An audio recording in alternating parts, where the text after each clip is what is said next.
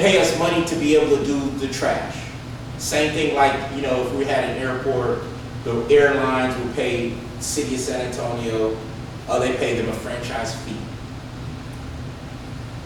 I am trying to figure out, because one of the issues are, that everything we charge is governed in an ordinance. We don't create fees, right? That means city council approve these things. And right now for an inspection, right? We, for whatever reason, some time ago, they started doing inspections was $50. The inspector was charging $45. So that means the city got a $5 kind of administrative fee, right, in that amount. But when the inspector went up to $55, and I think the inspection was $60, how much is it? Right now? Remember with the fire inspector? 50 right now, 5. I thought it was, is that what the guy was going to charge us to do the NOS building? It's 50. 50? How much do we charge? So there's the inspector fee, but we don't charge 50. There's an inspector charges, so the inspector charges 50, no. It's $5 higher.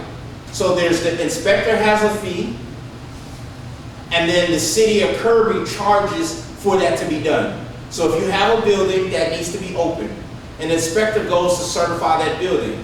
We have a third-party inspector goes out.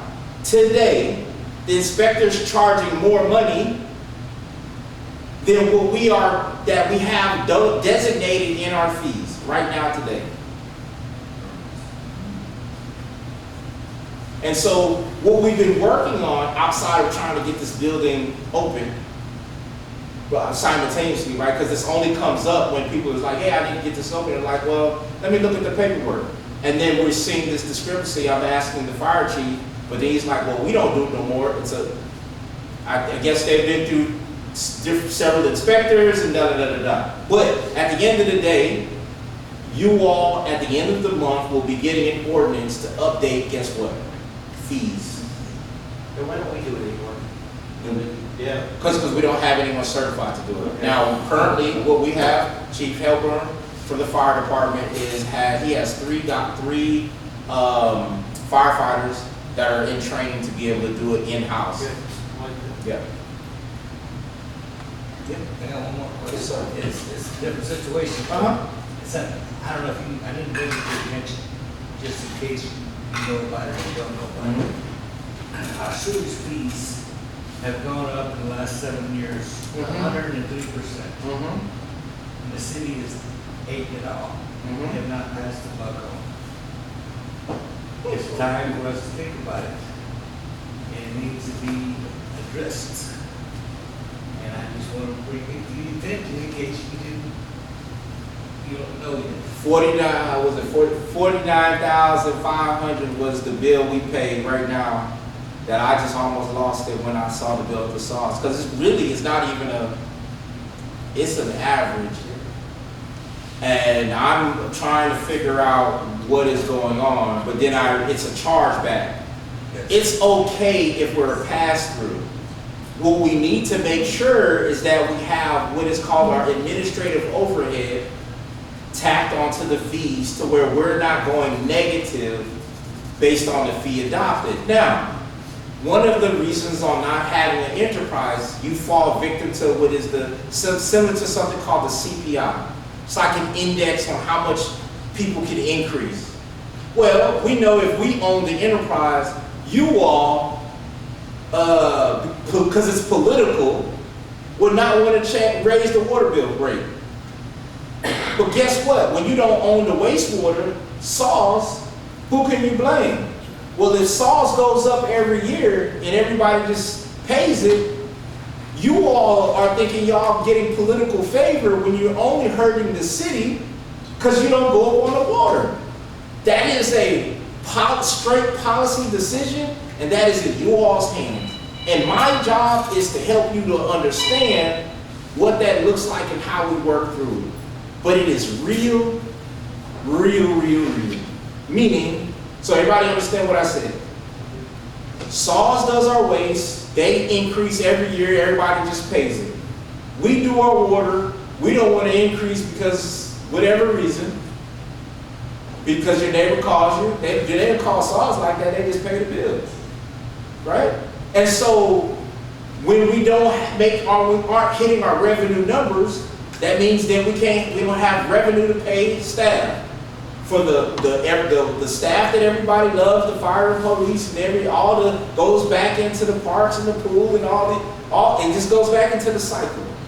And so it's a tough decision, but the goal is to have that conversation, but having it in a meaningful way where it's fair. But it doesn't mean you run from it.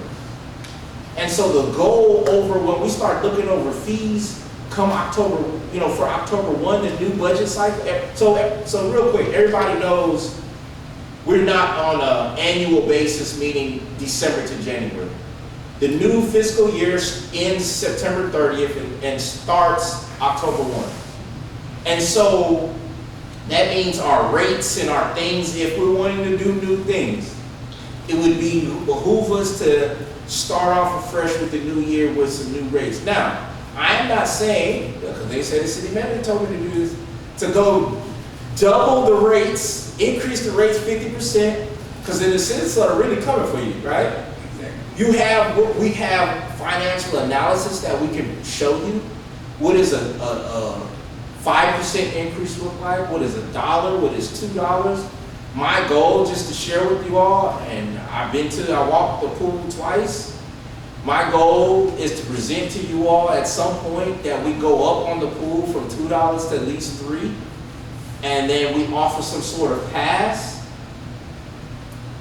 If you all been to the pools, I don't want to put our business out, but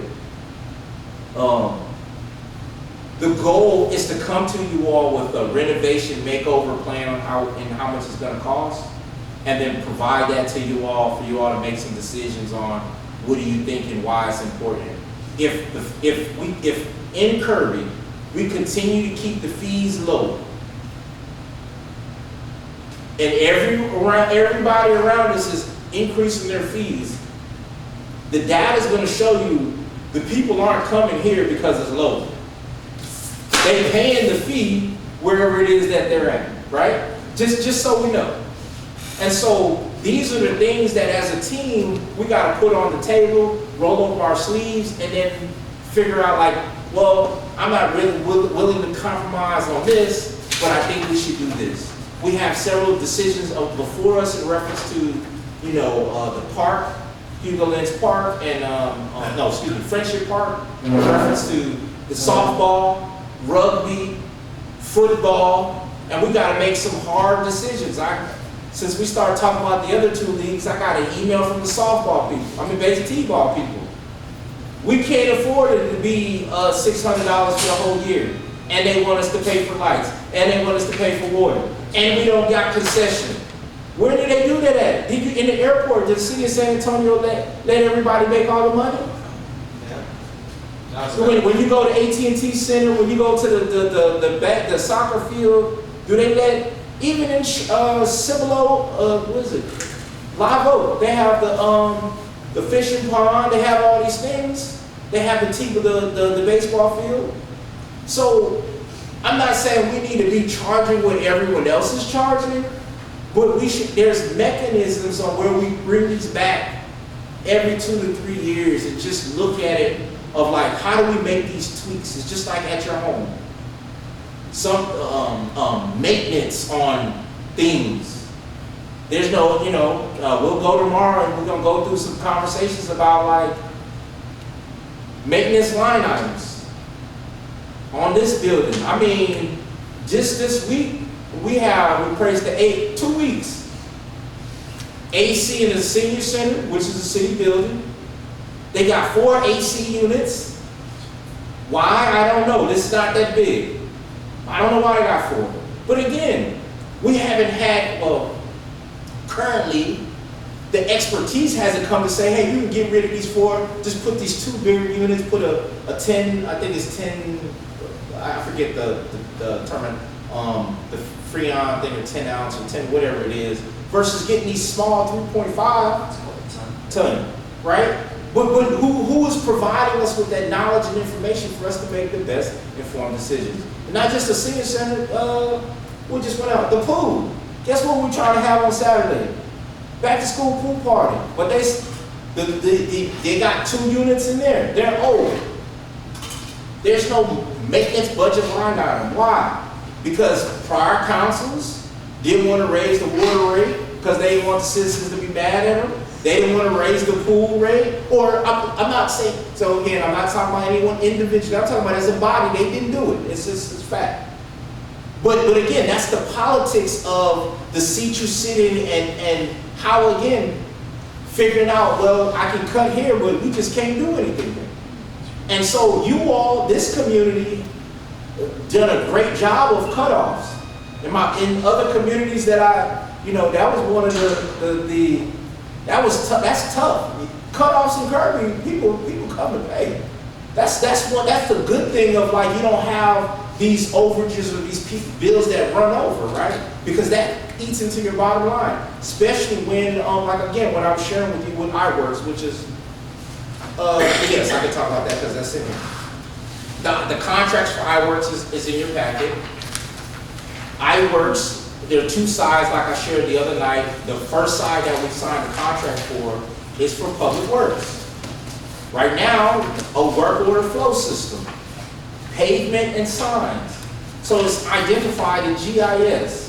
So then that has the community engagement portion, so someone can get on their phone and report a pothole, report a ditch, report a light out, report a sign knocked over. It'll come into the queue. The utility clerks can print it for the guys to go on the street. When they come back, we show what materials was used, what guys was on it, who worked on it.